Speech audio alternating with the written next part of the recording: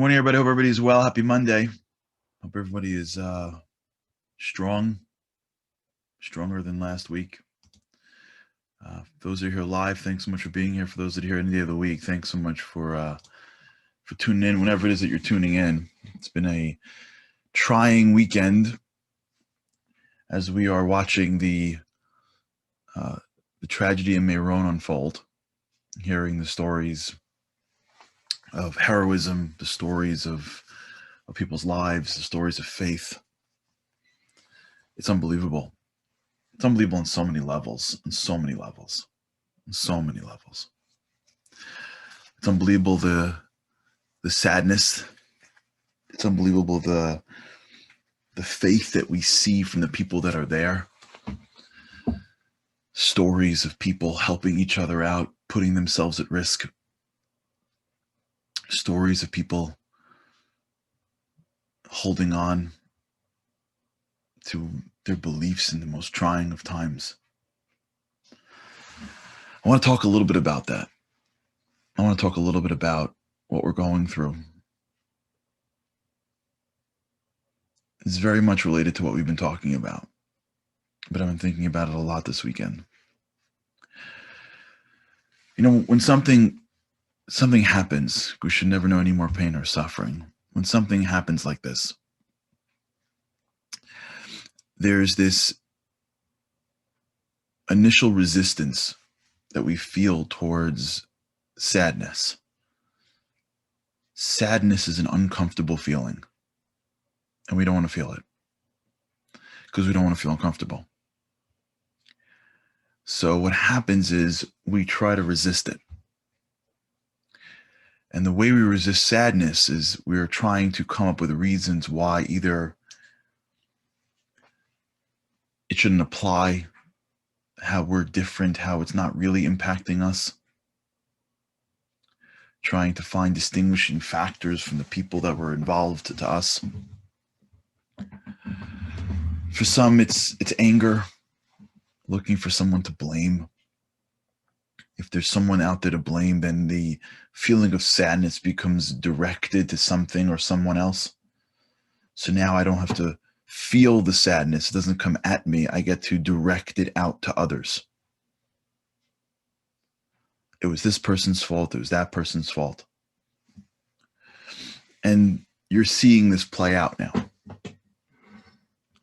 For some, it reveals deeper issues that were always there with other types of Jews, with God. And it just allows those feelings to manifest. It's a lot of this is just a mechanism that we have to prevent us from feeling sad. Because sad is hard. And what happens during these periods of time is that we're constantly trying to find something. And what we end up doing is focusing our efforts at the wrong place. You know, I remember, I don't know this, but people that are watching may. I had a friend of mine that was an expert at martial arts.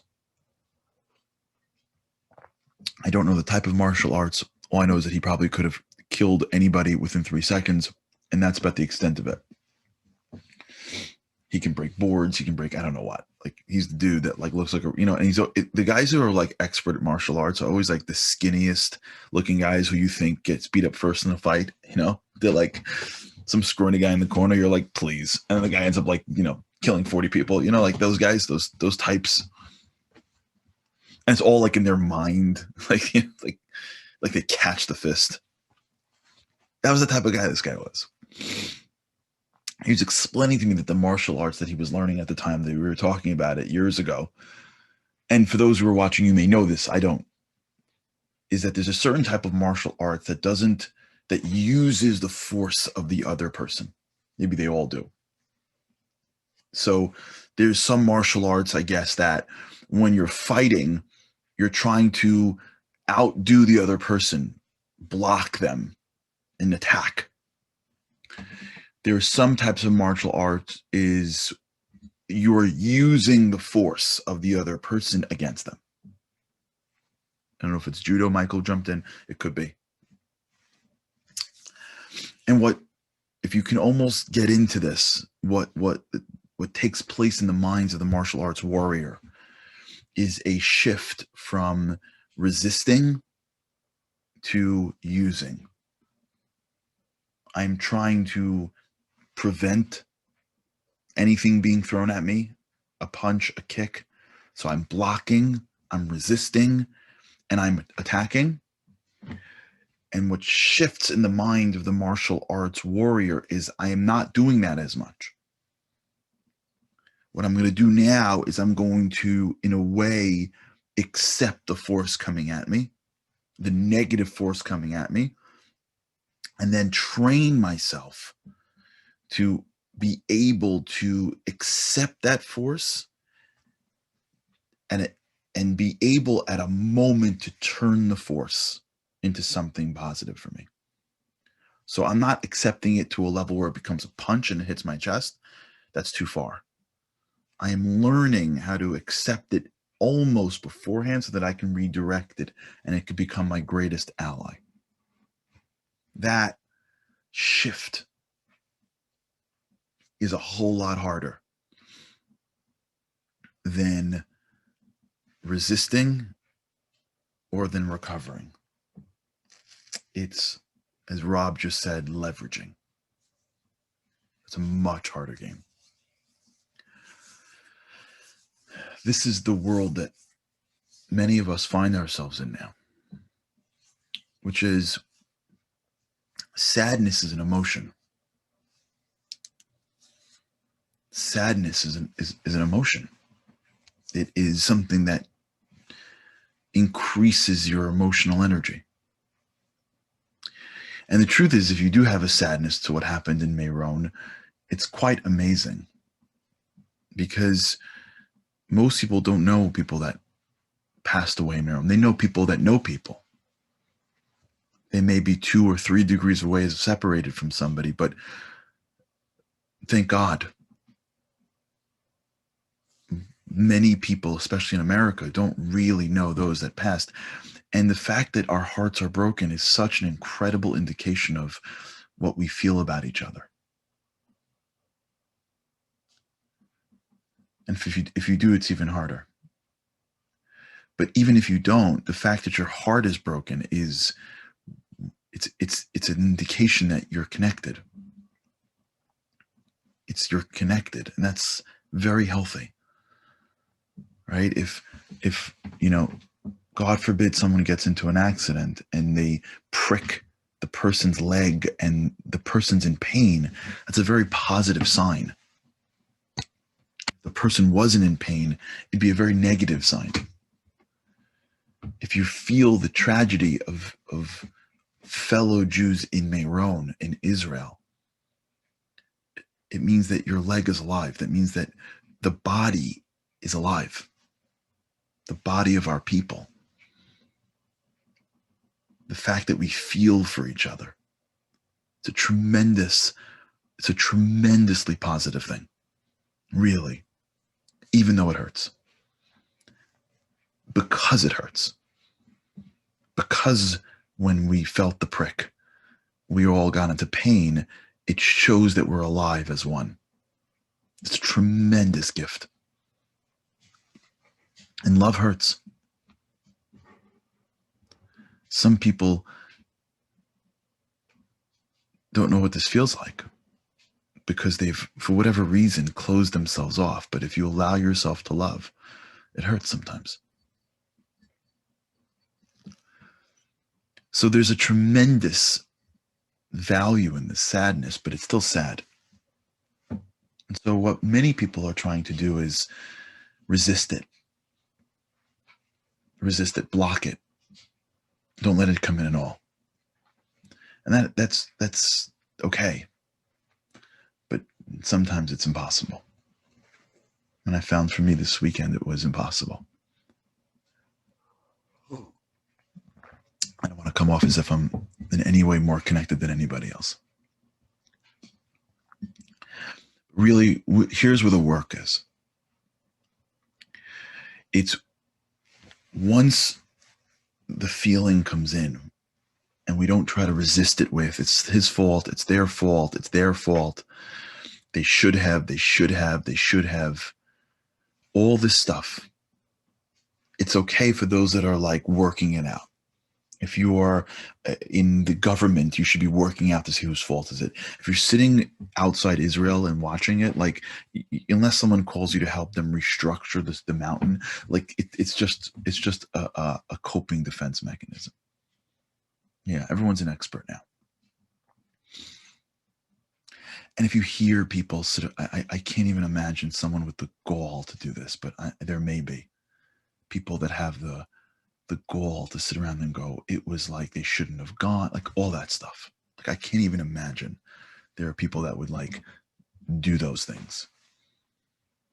It's just it's a defense mechanism. But sadness is an emotion. It's a punch. And it's a punch from a very powerful opponent. And where we can become incredible people is if we start to practice the martial art of using the emotion for something positive.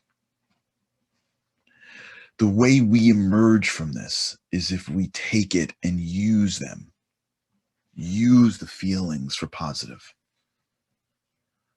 In the beginning, it's going to feel like this isn't helping or this is even appropriate. But when the force of energy comes in and we use it to be nicer to other people, and we use it to do the things that we've been talking about on this show for so long. We've been speaking about accepting challenges, growing the roots, having the tree that doesn't get blown over in the wind. This is exactly what this is. The whole tree example. This is the storm. We're in the storm right now. The storm hit Thursday night. It was a hurricane. And this is when the roots hold strong. This is when the challenges of life that we've been inching and inching and inching change the game. And so as the wind blows in, as the sadness comes in, as the energy comes in, as the punch comes in, the advice is not to necessarily block and resist. You can do that, but this is not going to work for a mass tragedy like this. The advice is to use it for positivity. What does it mean for my life? What kind of light do I share? How much more do I need to be reminded of how precious life is in order for me to do the thing I got to do? Like, how many more things? Are you kidding me? Like, I'm still waiting. I'm still waiting for this. I'm still waiting to light up my life. I'm still waiting to do that thing that's meaningful. The energy that comes in could be turned into a positive force to change ourselves, to light someone else's life up, to recognize the value of life, to recognize the steward of time. There are people that are going through this and their faith in God is rock solid. I don't know if you saw the interview with that 10-year-old kid. There's a 10-year-old kid who just lost his brother. And they asked him how you can get through this. And he said, Emuna bitachon, faith in God. And everyone, the whole crowd, he's 10. He's 10. He wasn't regurgitating that. He didn't press play on some tape recorder. And everyone's like, what? Did he just say? He said, yeah. My faith is rock solid. And if we're living our lives and we're still shaking around because we haven't ever spent time delving into the creator of the world, well, guess what? Let's use this as a positive force to get into it a little bit. Maybe I should spend a few more minutes studying it and talking about it and meeting with my rabbi about it, so that this, when the winds come through time, I am now stronger for it. I don't just think of God as Amazon.God, or if he's not delivering for me, I'm out. And then now my whole faith system is my whole structure that I've built is broken because I don't really know God. I just sort of like say I do, but I don't. I'm still just like playing the game of like, giving some sacrifices to the invisible king. I don't really get the whole thing. Well, guess what? There's a huge energy coming at you called sadness. Turn it into a positive force where you turn to someone and go, can you explain this to me? Can I understand this better? I want to be stronger in this. There's a bigger world out there. I don't want to get knocked down so easily. I want to take it seriously. I want to learn about it. I want to study about it. I just don't want to use the same things that I learned when I was 7 years old about God. I want to really have a sophisticated relationship with him so that I can really understand this better to the extent to which I can. The positive light of seeing differences in people and being okay with them. Nobody looked at each other on that mountaintop and said, wait, what do you believe? What's your background? Why can't it be in the world of positive that I feel that way? What we can accomplish with this energy source coming at us. And by the way, if you're not in the Israeli government, what else are you doing? What else are you doing with it? Why else do you have it? Why else are you seeing it? If you're not a force to heal, then what else is the force going to? To knock us over? To break us? To make us depressed? Is that what God wants? Depressed? To make us less? And I got to tell you something. This isn't going to feel real because it's not. You have to make it real. Because here's what happens. Because I know. Not because I'm an expert, because I'm feeling it. I'm just with you in this. It's hard to do things that you can't do. After a while, the sadness becomes comfortable, believe it or not. So you end up getting hooked. You end up getting hooked. And it's easier just to be blown over than it is to stand up against the wind. But that's not our job. If we really want to honor the memories of those that passed, we have to honor the memories by living. We have to honor their memories by doing more for them. I was on this live show on Saturday night, and we spoke about this idea of times 45. Multiply your light by 45 times. That's how you'll give them honor. 45 more. 45 more. If I was going to do it and I can't, I'm going to dig down into myself and I'm going to multiply my energy by 45. I'm going to fake it until I make it. I'm going to force it because it's in there. And if I don't want to bring it out myself, I'll do it for them. I'll do it for those that can. We got to be a force of good. We got to look into our lives and make changes. Really. We all know the stuff that we got to do to change. And all this I can't stuff is just nonsense. We can. And let's do it for them. Can you imagine if right now as I'm talking, there's a thing that you need to do, and you never did it, but you need to do it. And you did it for them. You're taking this sadness and you're redirecting it into a positive light. You're bringing more light into this world. You don't just light candles. You become candles. That's where the custom comes from, I believe. Candles bring light. And if you notice when someone passes away, we light candles because we're trying to bring more light. The greatest candle that we have is ourselves. And the greatest flame that we have is our soul. The little tea light's nice. But what's bigger than our own candle? That's how we do it. That's how our people deal with tragedy. We double the light. It's hard. But we owe it to them. We owe it to them. To appreciate what life really is. And to live a more meaningful, powerful life in their memory. And if we did this, what will happen in the beginning is it'll be uncomfortable. It'll feel fake. It won't feel real. But we will be building a channel from the sadness to the positive light, until one day, I hope soon, it'll just feel normal. We'll be bigger people because of them. And we'll give them a tremendous amount of nachas as they look down on us in heaven. All right. Gotta all be strong. We have a lot of light to bring to this world. You have a lot of light to bring to this world. We just got to get serious about it. All right, have a great day. We're on mission from now on. We have been given a mission from now on. No more playing around. It's about bringing light to everything around us. And with that, may we be zoche, may we have the honor of being part of the great light and seeing just all the good that can come to this world. Have an amazing day. Be strong. Bring light. With God's help, I can't wait to see you again tomorrow.